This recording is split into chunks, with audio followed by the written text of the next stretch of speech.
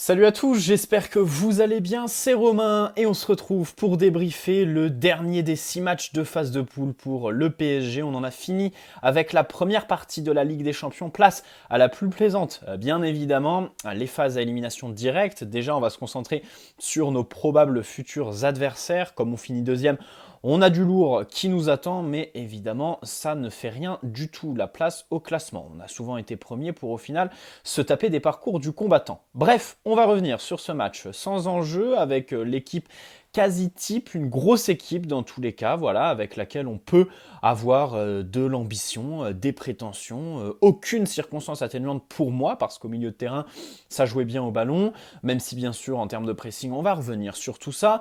Donnarumma dans les cages à la place de Keylor Navas, il a retardé l'échéance, mais à un moment donné, vu le temps mort et surtout l'inactivité, le manque d'intensité, la prétention, l'irrespect vis-à-vis des gens qui regardent et qui vont au parc, à des joueurs qui ne bougent pas, qui mettent aucune intensité, bah il fallait bien encaisser ce but. Un clean sheet, visiblement, c'est trop demandé au PSG en ce moment, à part quand c'est sur un score nul et vierge, comme il y a une semaine, contre Nice. Bref, première mi-temps assez plaisante.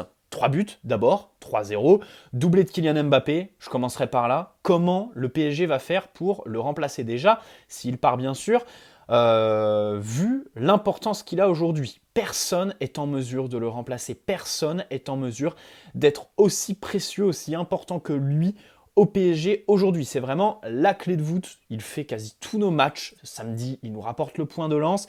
Là, son réalisme nous permet de plier le match assez rapidement. On a vu derrière qu'on a retrouvé un match comme d'habitude. En fait, manque d'intensité, l'équipe adverse qui prend de la confiance, même s'ils l'ont prise après les vestiaires, justement, grâce à Kylian Mbappé qui a retardé cette échéance par ses deux buts. Le premier, joli mouvement avec Nuno Mendes, beau but, le second est encore plus beau, il est absolument incroyable, hein, la passe de Di Maria, voilà, on va la noter, hein, Di Maria somptueux, même si on va lui tomber dessus un petit peu plus tard. Pour l'instant, place aux éloges, la finition de Kylian Mbappé. Au début, je pensais qu'il était hors jeu, en fait, pas du tout. Ça fait 2-0 en à peine 7 minutes, je crois, pour le PSG qui démarre très très bien. Et puis ensuite, bon, tu continues sur ta lancée, tu te crées des occasions, Wijnaldum, Lionel Messi, tu as de la présence dans la surface, tu arrives à bien sortir les ballons, et après arrive un petit temps mort. Bruges qui se crée beaucoup d'occasions, le PSG qui récupère le ballon pas plus loin que dans ces 40 mètres. Voilà, on défend très très proche de notre surface. On se fait un petit peu peur, même si pas d'occasion réellement franche hein, de la part de Bruges. Quelques arrêts assez difficiles à réaliser pour Gigio Donnarumma. Nuno Mendes, par exemple, hein, dans le placement qui a quelques lacunes. Alors oui, 50% du temps, sa vitesse vient combler un petit peu tout ça. Et puis sa prise de risque, sa personnalité offensivement nous enthousiasme, bien évidemment. Mais il faut quand même souligner ce déficit, on va dire, dans la tête qui, selon moi, en fait, est complètement logique et était plus que prévisible au moment où on l'a acheté. D'abord parce que c'est un jeune pro, hein, ça fait pas longtemps qu'il est en pro, et ensuite parce qu'il jouait piston. Encore une fois, aujourd'hui, il faut bien se mettre dans la tête qu'il y a une différence quasi abyssale entre le rôle, le poste et surtout le registre de piston et le registre, le poste de latéral. Surtout quand tu viens du Sporting Portugal. Là-bas, il était piston, donc il évoluait plus haut sur le terrain. Il avait moins à se soucier de ce qui se passait derrière lui. Et surtout, à la perte de balle, eh bien, cette équipe était assez insouciante et surtout pressée. Donc, il allait vers l'avant sans réfléchir, entre guillemets. Là, il est vraiment confronté à d'autres problématiques. Pour moi, c'est logique, mais ça mérite d'être souligné. Bernat n'était pas disponible pour cette première partie. Il le sera sûrement pour les phases à élimination directe. Et en ce sens, je pense qu'il va faire du bien, même si, bien sûr, la solution première, c'est le système à 3. Et ce soir, il y en a un qui m'a conforté dans cette idée, qui m'a conforté dans les regrets, voilà, parce que c'est vrai que si le système à 3, bon, il est toujours pas en place, mais si on l'avait mis en place dès le début du mois d'octobre, je pense que les résultats seraient assez différents aujourd'hui, la physionomie des matchs aussi, et ce soir, le match d'Abdou Diallo nous a bien prouvé qu'il est tout à fait capable, voilà, de jouer dans ce système à 3, en l'absence de Sergio Ramos, que Pochettino ne vienne pas nous dire qu'il attendait le retour de Ramos pour installer ce système qui permettrait à Marquinhos de jouer un petit peu plus libéré, un petit peu plus haut, faire valoir ses qualités de contre-pressing bien évidemment, Kimpembe serait sûrement le plus grand perdant. Hakimi Mendes, ce serait parfait pour eux, tout comme Bernat, hein, qui avait été recruté pour le fameux système à 3 de Thomas Tuchel. Et Abdou Diallo. Abdou Diallo qui ce soir a été très bon, notamment en première mi-temps. Mais de toute façon, voilà, pour ceux qui ont loupé le match ce soir, bah, on pourrait leur conseiller de ne regarder que la première mi-temps. On s'est un petit peu fait chier en seconde, mais on reviendra plus tard. Abdou Diallo, dans les récupérations, les interventions, assez propres, j'ai trouvé, assez efficace aussi bien évidemment, et puis à la relance, de la prise de risque, jamais on ne tombera sur un joueur, même s'il y a du déchet, jamais on tombera sur un joueur qui prend des risques, voilà, pour la fluidité des circuits de balles, pour se créer des occasions, pour débloquer la situation. C'est le cas d'Abdou Diallo ce soir. Alors Wijnaldum, bon, on va revenir sur son rôle, mais il y a ce fameux appel en première mi-temps, très belle passe d'Abdou Diallo, qui méritait tout simplement d'être décisive. Mais voilà, Wijnaldum joue dans un rôle assez haut, qui n'arrive pas à concrétiser dans la surface, ou du moins voilà, au niveau de la vitesse, l'explosivité, et puis techniquement, bien évidemment. Mais il y a eu d'autres ballons, notamment dans les airs pour Kylian Mbappé, et pour Lionel Messi aussi entre les lignes. Bref, Abdou Diallo qui a été capable de trouver un petit peu tout le monde. C'est ça que j'ai aimé. En plus du fait qu'il soit capable de relancer assez efficacement, avec beaucoup d'assurance, il est capable de trouver un petit peu tout le monde, un petit peu partout sur le terrain. On l'a même vu faire des transversales pour Hakimi par moment, ce qui nous a rappelé Sergio Ramos contre Saint-Etienne. Bref, bon match, bonne première mi-temps pour Abdou Diallo à signaler. Gigio Donnarumma aussi, il fait les arrêts voilà, qu'il faut faire. Le but, bon, je l'incrimine pas dessus. C'est un but voilà, qui est à mettre sur tout le collectif tout simplement. En deuxième mi-temps, tu reviens, c'est pas possible de se lâcher comme ça. On est habitué avec le PSG, mais à un moment donné, il va falloir se passer tout ça. Il a fait les arrêts qu'il fallait. À la relance, bon, il a envoyé un ballon en touche en première mi-temps. Il n'a pas été vraiment sollicité dans ce secteur de jeu, mais on l'a un petit peu moins vu à son avantage que d'habitude. Mais sinon, bon match de Gigio Donnarumma, tout comme Marquinhos Hakimi. Revenons sur Monsieur Achraf Hakimi. 71 millions d'euros pour permettre aux deux Argentins de revenir sur leur pied gauche. C'est tout.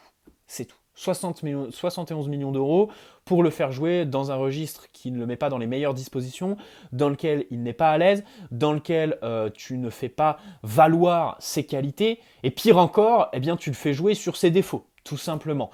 C'est compliqué pour Achraf Hakimi, même si ce soir le match en soi son match n'est pas nul. Achraf Hakimi, c'est pas lui que je vais incriminer, mais franchement Di Maria il abuse quoi. Déjà que du fait de son âge, il devient un petit peu monotone, c'est-à-dire qu'il fait un petit peu tout le temps les mêmes choses avec le ballon, il est un peu prévisible pour l'adversaire et du coup, il est un petit peu moins incisif, même s'il garde sa patte gauche absolument exceptionnelle et ce soir, voilà, il l'a montré par sa passe décisive. Mais sérieux quoi, que ce soit Messi ou Di Maria, je veux bien comprendre que par moment, les appels d'Achraf Hakimi sont intéressants pour qu'il puisse repiquer dans l'axe pied gauche et surtout Hakimi qui étire évidemment la ligne défensive pour ouvrir déjà des espaces, voilà, pour pouvoir accélérer et surtout des angles pour pouvoir tirer bien évidemment pour Messi, pour Di Maria. Mais quand ça devient systématique, pardonnez-moi, c'est problématique. Messi comme Di Maria doivent faire des efforts pour donner le ballon à Achraf Hakimi. En plus, c'est un joueur qui a besoin de recevoir le ballon lancé, la plupart du temps derrière le défenseur à la suite d'un appel, voilà, et où il faut évidemment le toucher 1-2 fois grand maximum. C'est ça le jeu d'Achraf Hakimi. Problème aujourd'hui, on lui donne 1 en phase arrêtée, 2 excentré, 3 avec des partenaires qui ne bougent pas, 4 des adversaires qui mettent de la pression, qui ont de la confiance, qui en plus augmentent au fil du match parce qu'on est incapable de s'imposer comme des patrons. Et 5, du coup, il doit jouer sous la pression. Hakimi n'est pas un joueur qui est capable de manier le ballon dans les petits espaces, de faire des 1-2, d'éliminer et tout ça. Bref, il n'y a pas grand-chose qui va avec Hakimi dans le PSG aujourd'hui, mais je voudrais quand même rappeler que le mec, c'est 71 millions d'euros, et pour l'utiliser comme ça, pardonnez-moi, mais c'est pitoyable quoi, de la part du club, de l'entraîneur. Je suis désolé, j'incrimine pas Achraf Hakimi ce soir. Di Maria doit absolument essayer de le chercher par moment. Et en plus, quand il daigne aller le chercher, les passes sont mauvaises. L'exécution technique, on dirait que ça le fait chier de la faire. Bref, au milieu de terrain, on a vu Marco Verratti dans son élément, à son poste, dans ce 4-3-3 point de basse, même si ce soir c'était pas vraiment un 4-3-3, on va revenir plus tard, mais il était vraiment en sentinelle, on sait que c'est son poste. Parfois il garde trop le ballon, c'est ce que j'ai remarqué ce soir. Son match est globalement bon, mais sans plus. Voilà, il n'a pas surnagé, même s'il s'est très bien connecté, ça a été le métronome comme d'habitude, ça c'est une chance absolument Exact. Samedi, bon, son match était moins bon que ce soir, bien évidemment, aussi parce qu'il voyageait un petit peu partout. Là, poste fixe, registre qui lui convient parfaitement. Il faut l'installer ici en tant que sentinelle. Très bien, Marco Verratti. Idrissa Gueye. Alors, j'ai bien aimé sa première mi-temps. Il y a eu une petite montée en puissance. Et puis après, en seconde, il est retombé. Jusqu'à sa sortie, il y a eu un petit moment de flottement. Mais en termes d'engagement, de pressing, par moment, il était devant les 3 attaquants. Il allait même chercher dans les pieds du gardien le ballon. Bref, assez bon, Idrissa Gueye, j'ai bien aimé ce soir. Je le trouve important en fait dans cette équipe. Je trouve que c'est un des joueurs sous-cotés de ce 11 en ce début de saison parce qu'il apporte vraiment quelque chose en plus au milieu de terrain, même si c'est pas vraiment ce qu'on recherche en premier. C'est vrai que dans ce milieu, on a besoin de tenir le ballon, d'un bagage technique très très élevé. Lui, techniquement, Idrissa Gueye, voilà. Il en a sous le capot, bien évidemment. Il en a plus que beaucoup de milieux aujourd'hui. Herrera, il est meilleur que lui. Peut-être même Wijnaldum. Danilo, bien évidemment, mais ça, tout le monde est meilleur que lui. Et bien évidemment, bah, il est en plus très bon par son engagement. Voilà, les poumons qu'il a, il est très très bon. Très bien, Idrissa Gueye. Maintenant, Wijnaldum. Alors, le néerlandais, en première mi-temps, j'ai plutôt bien aimé. Encore une fois, en seconde, il est à l'image de l'équipe, c'est-à-dire qu'il a un petit peu abandonné le registre qui faisait du coup sa première mi-temps parce qu'on jouait beaucoup plus bas. Lui descendait, défendait, et du coup, bah, on a retrouvé le Wijnaldum qui nous agace un peu. Mais sinon, dans ce registre de joueurs assez haut. Et là, on va poser les termes. Bien évidemment, je le dis tout de suite, on ne va pas faire son éloge technique. Bien sûr qu'en termes d'exécution, de vitesse, d'explosivité, c'est pas ça. Pour se connecter avec ses partenaires avec le ballon, c'est pas ça. Mais sans ballon, je trouve qu'il est d'une utilité remarquable, intéressante. Il est dans un registre assez haut sur le terrain, dans lequel il fait d'abord des appels verticaux, qui font reculer en pleine action la ligne défensive adverse. Ça, c'est à noter, ce sont les appels qui caractérisent son jeu. Ensuite, dans la surface, bah, il apporte un petit peu de présence. Bon, ce soir on l'a pas vu, mais dans les airs, bah, il a mis une tête. C'est quelque chose qui fait défaut au PSG contre Lens samedi soir. Et aussi, quand nos joueurs ont le ballon, eh bien, il fait des appels très intelligents. Ça, c'est ce qui manque dans le jeu du PSG. C'est peut-être dû au fait qu'on joue avec beaucoup d'individualité, beaucoup de grands joueurs qui ont besoin et qui veulent le ballon pour briller.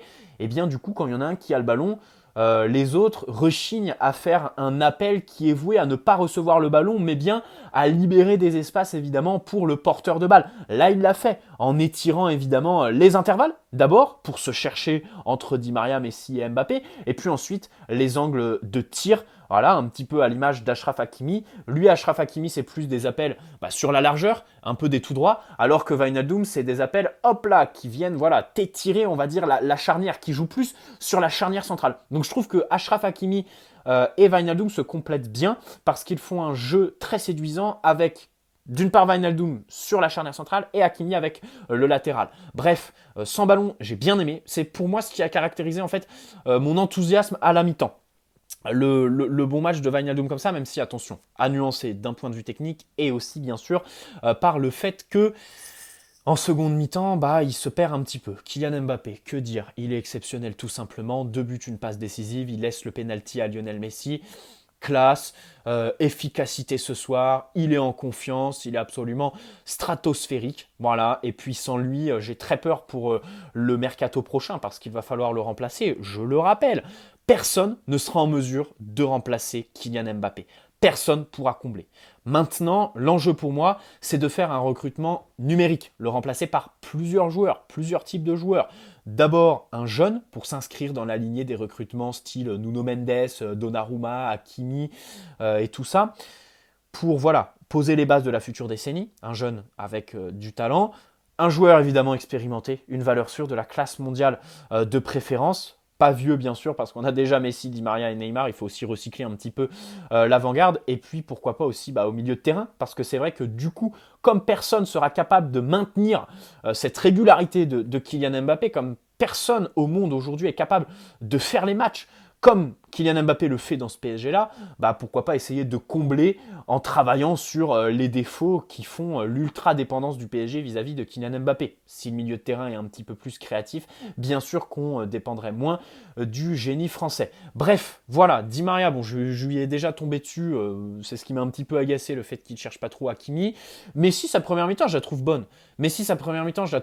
Alors il y a ce but qui est fantastique. Bravo Lionel Messi, la passe décisive de Kylian Mbappé. Ce qu'il fait au début de l'action, c'est fantastique. Le contrôle de Messi, l'enchaînement est parfait, tout simplement. Ça fait plaisir, la Ligue des Champions, c'est sa compétition. 5 buts dans ces phases de poule, on a hâte de voir lors des matchs à élimination directe. Et puis après, bon, le penalty qui est tiré en force, il se fait justice lui-même, tout simplement, le GOAT. Parfait, très bien, Lionel Messi, ce soir on va pas lui tomber dessus, écoutez, doublé, encore une fois, on se crée beaucoup d'occasions par des passes de Lionel Messi, voilà, il met sur orbite Kylian Mbappé souvent, Di Maria aussi, en seconde mi-temps notamment, et ça voilà, c'est quelque chose qui est à mettre à son honneur, même si bien sûr pour un joueur comme Lionel Messi, on en attend plus. Bah, ce soir, le plus, on l'a eu, le doublé. Donc je vois pas pourquoi je critiquerais Lionel Messi. Voilà, on a un petit peu fait le tour de l'équipe. J'ai bien aimé l'entrée d'Ander Herrera. Sinon, les autres, bon, je les ai trouvés assez quelconques. Icardi a touché quelques ballons, miracle. Paredes, pareil, entrée assez quelconque. La prise d'initiative, pourquoi pas, de Dina Mbimbe. Ah oui, Thilo Kehrer qui rentre à la place de Mendes.